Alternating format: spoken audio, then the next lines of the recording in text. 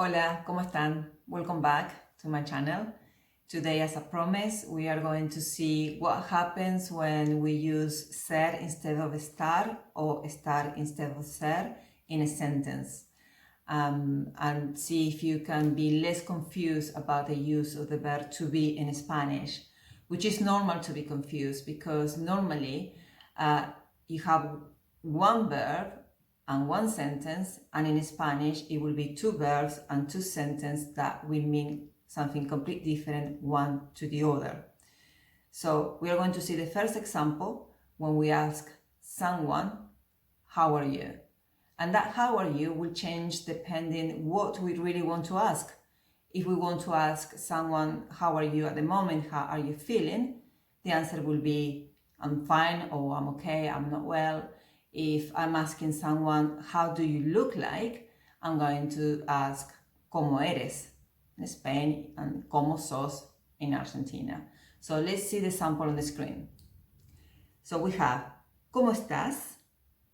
And two possible answers will be, estoy bien, estoy mal, because they are referring to a temporal condition. Now, if I want to know how the person looks like, I will ask the person, ¿cómo eres? In Spain, and ¿cómo sos? In Argentina. The answer could be, soy bueno, which is a permanent characteristic, soy malo, which is another permanent characteristic. But it's different to say estoy mal, to say soy malo, or estoy bien, and to say soy bueno. Right. The next one will be about when we want to ask how is someone. So for example, as we can see on the screen, we are asking, how is Jamie? So, ¿cómo es Jamie? ¿Es amable? ¿Es hablador? ¿Es alto? ¿Es rubio? But then, if I use the same adjectives with a star, we are implying a contrast.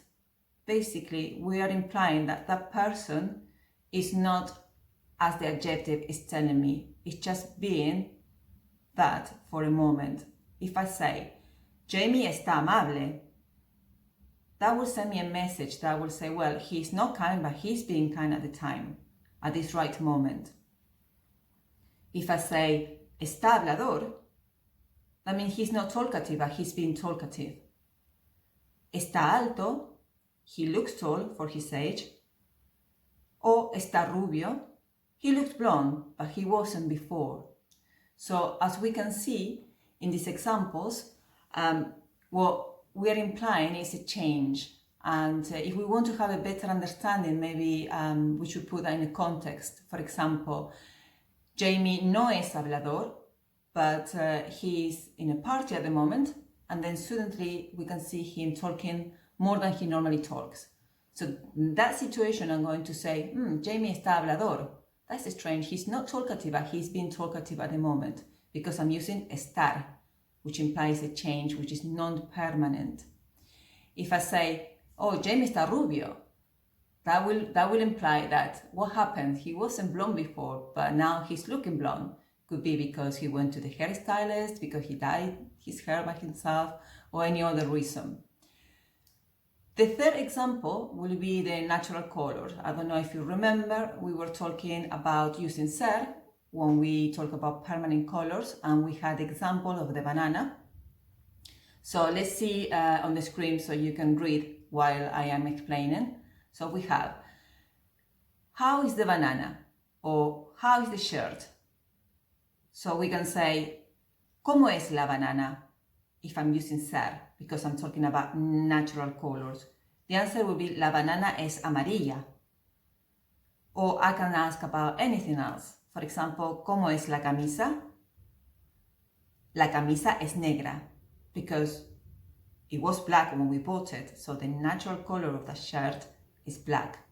But then if I use a star with these two objects, that will imply that there was a change, something happened.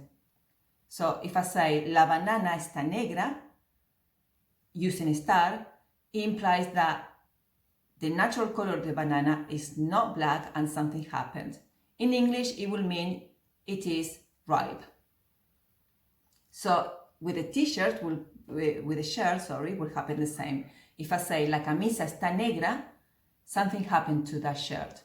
It's faded, it looks black now because it wasn't black before. Something happened to that shirt. We don't know what happened, but the color is not natural. That's what the message will say when I use estar instead of ser. Right. Now we're going to see the fourth example, which is moods versus permanent characteristics of one's personality.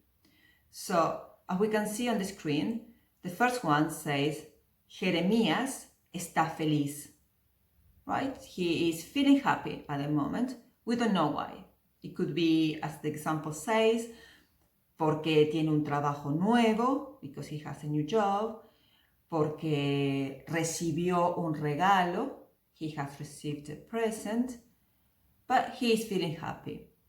But if I say Jeremías es feliz, that means that he is a happy person in general in his life, because it's a permanent, by using ser, it's indicating that it's a permanent characteristic of his personality, of his life. The other example says, yo estoy ansiosa, with an Argentinian accent. Yo estoy ansiosa, with an Spanish accent. And it could be porque no tengo trabajo, because I don't have a job, or it could be for any other reason. I'm just feeling anxious at the moment.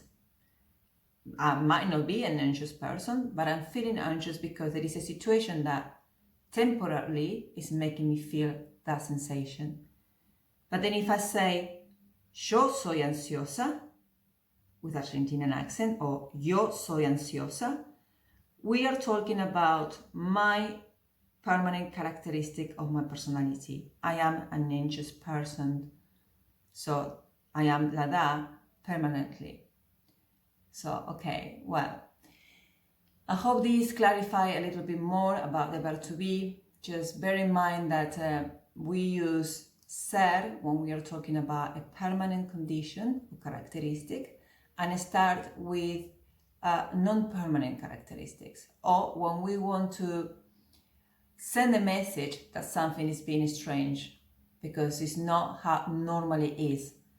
So I think these ones are going to help you to, if you keep in mind, to understand better to be in English and ser and estar when you translate into Spanish. Right, the next video is going to be about the verb tener, which is to have. And I hope you enjoy this lesson and then you learn something. If you have any doubt, just leave a comment, and remember to subscribe so you don't miss out the next video, and obviously like if you liked, and feel free to not like if you didn't like, which would make me feel sad, but also as well has to be there. Right, so bueno, hasta el próximo video y muchas gracias, adiós.